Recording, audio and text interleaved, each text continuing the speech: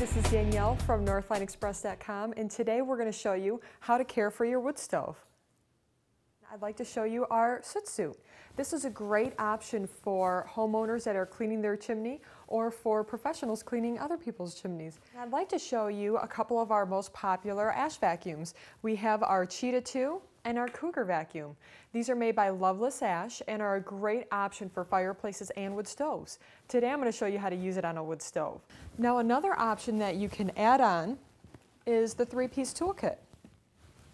Now when you're using the 3-piece toolkit, you won't use this piece, but it does include a brush, your pellet tool, which is great for pellet stoves, and then your angle tool.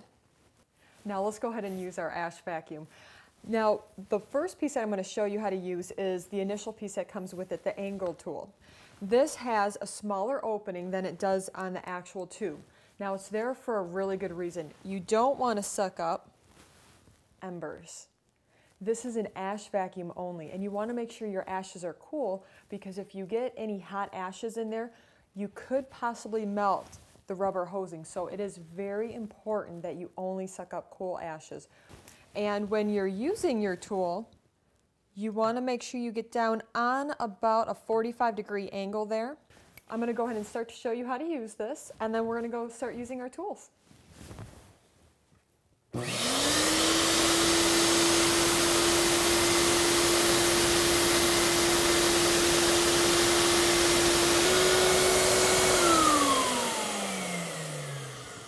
Now, as you can see here, I picked up a couple of embers and it just immediately stopped sucking. So you're going to want to make sure that you clear those out, and then you can continue on using your ash vacuum.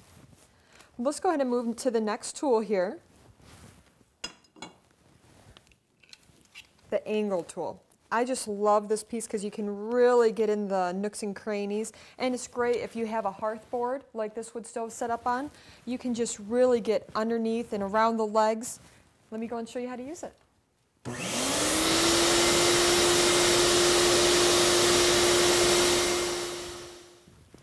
Another tool that comes in really handy, especially if you have glass doors, is just lightly cleaning off the glass. This is going to be a great option to get that dust and a little bit of that residue off there. Let me show you how to use this one.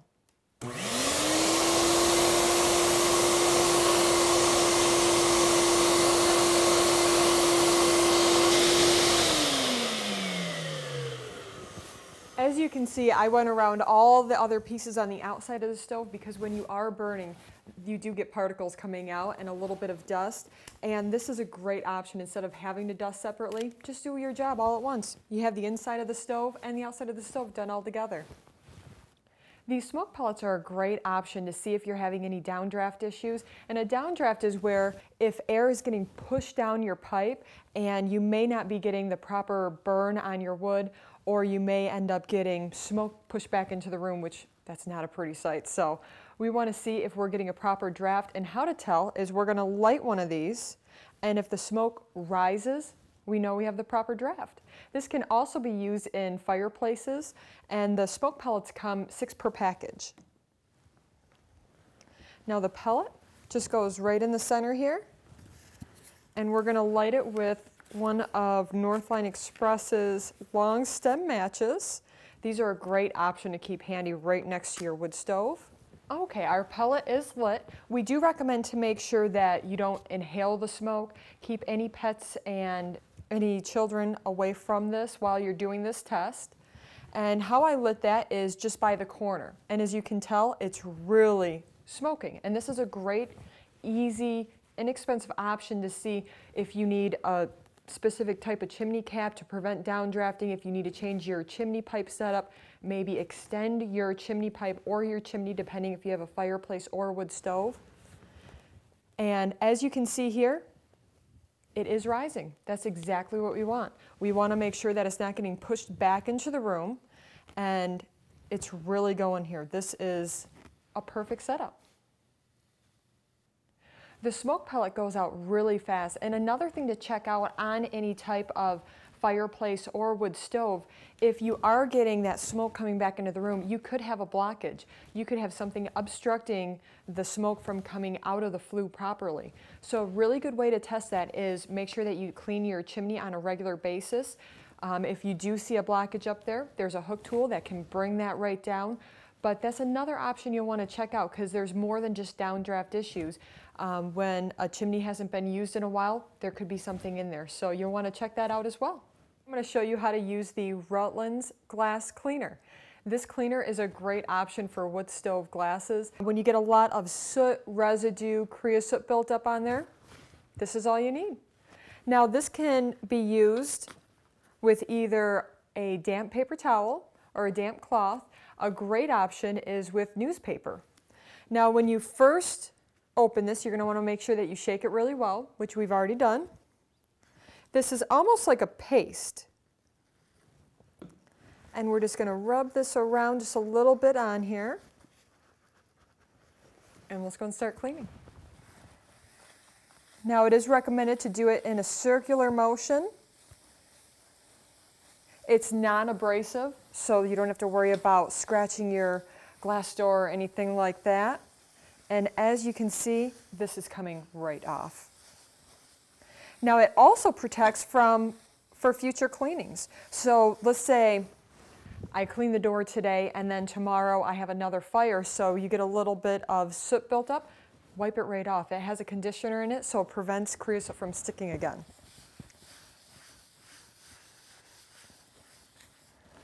And look, all that Creo-Soot coming right off and all the soot and grime. Oh, that's awesome. See? You can see through it now. It's quick, it's easy. Depending on how much you burn, a bottle could last you all season, and this is just a great option to keep your wood stove looking beautiful like the first day that you bought it. Tools are essential for helping out with a wood stove. You can buy several different styles, different colors, from burnished bronze to a vintage iron like we have here, very close to a pencil lead gray color, chrome, brass, black. I mean, there's so many different options to make sure that you match your own home decor. But there are four basic tools in just about every kit. Now you will want to check on the specific tool set because some do vary. And the size of the tools can be your preference. There are tool sets from 19 inches high up to 52 inches high. Now typically with a wood stove, you want to go with ones a little bit shorter so it looks proportionate to your wood stove, like the ones we have here. Now we have our four basic tools along with our heavy duty stand. We have our tongs, we have a shovel, we also have a poker, and you have a broom. Tool sets are very handy to have on your wood stove, or right next to your wood stove I should say, because it's going to help with all the basic needs of a wood stove. Wood holders are essential when you have a wood stove. It's a great option to have one of these holding a nice pile of wood so you can just go ahead and start throwing it into your fire, and you don't have to keep tracking from outside to in. But when you do need to do that, the leather sling is a great option. You can purchase wood holders with or without it. I personally love having the leather sling with it because all these little particles just fall to the ground when you're coming outside to inside. And that just prevents, any extra cleanup that you need to do. But you can also purchase these in different colors. Even the sling can be purchased in brown, black, multicolor. I mean, there's so many different options there. And we also have wood holders that you can put your newspaper and your kindling at the bottom. So choosing one, there's so many different styles, so many different colors and sizes. It's guaranteed that you can find one that's going to fit perfect for your hearth. But always keep in mind that keeping your wood nice and dry is a good option, and having it next to your wood stove is going to help that. These fire starters are great for starting your fire, whether it's for a wood stove like I'm going to show today, or for an outdoor fire pit or your fireplace. These are a fast, easy, you can buy it in a small package just to go, or you can also buy it in a 144 package and save a little bit on the price there. But these are a great option for starting any type of fire anywhere. Using Fatwood is a great option for starting your fire, whether you're using a wood burning stove or a fireplace. These can be purchased in several different sizes. And to start your fire, you use about 2 to 3 every time.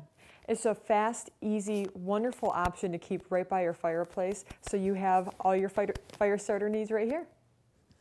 Now, so far we have cleaned our fireplace doors, we've cleaned the inside of all the ash and just left the embers. We've also tested our pipe to make sure that we're getting a good draw. What's next? Start the fire. So we're going to go ahead and start with our Rutland Safe Light fire starters. And by a pack, they come in these squares. You just break them off. And for starting a fire in the wood stove, I'm just going to use one square. Throw that right in the middle. And using one of our long stem matches, which I just love these, I swear keeping them by the stove is the best option. So we're just going to light the side of the square there. Just throw our match right in there. And the next thing we're going to do is grab 2 pieces of our Fatwood. These are the long arm gloves. You can also purchase the 13-inch gloves, whichever you prefer. I like to be a little bit safe when I'm going to be messing with the fire, so I'm going to use a long arm in putting our piece of wood in there.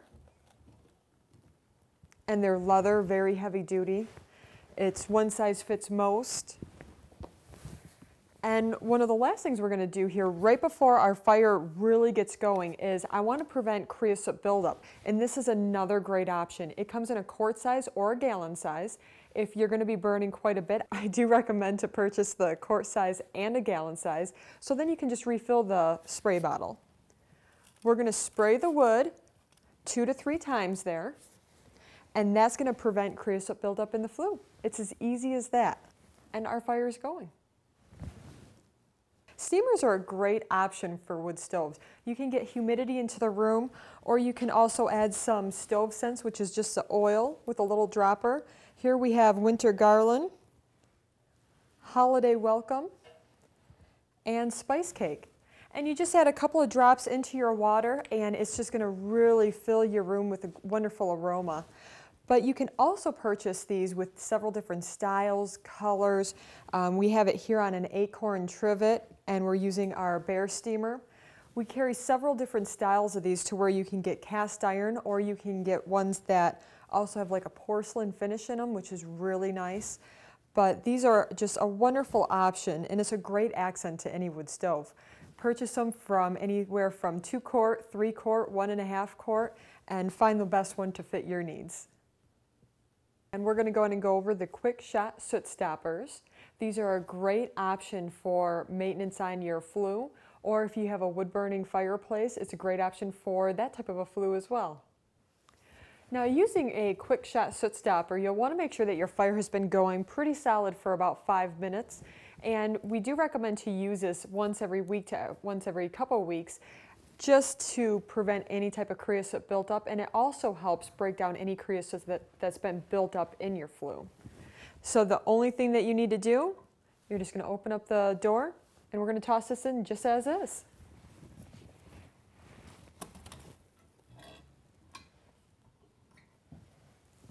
And that's it. It's as simple as that.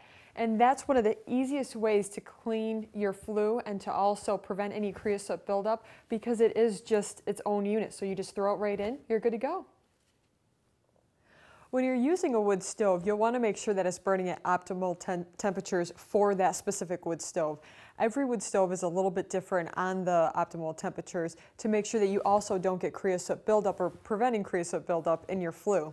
And how to do that is with a stove thermometer. There's several different styles on NorthlineExpress.com. Go ahead and check them out for your best needs. They go up to a certain amount of temperature, and that's going to be the one that you're going to want to look for, because there are some stoves that burn a lot hotter than others. One of the concerns of a lot of homeowners that have a fireplace or a wood stove is a possibility of a chimney fire. Just to be safe, you'll want to purchase Chimfex. Chimfex is a great option to keep by your fireplace just in case things get a little bit out of control there. It has the directions right on the back on how to properly use. I do recommend to read this before an incident happens, just so you have an idea of how to use it. But it's quick, it's easy, so you're not having to call the fire department out, and you don't get any water damage in your house as well. And it's quick, easy, great option just to be safe.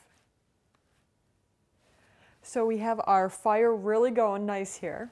We've taken care of everything with the wood stove. Another great option for having a wood stove is pushing a little bit more heat back into the room. And a great way to do that is with our Ecofan.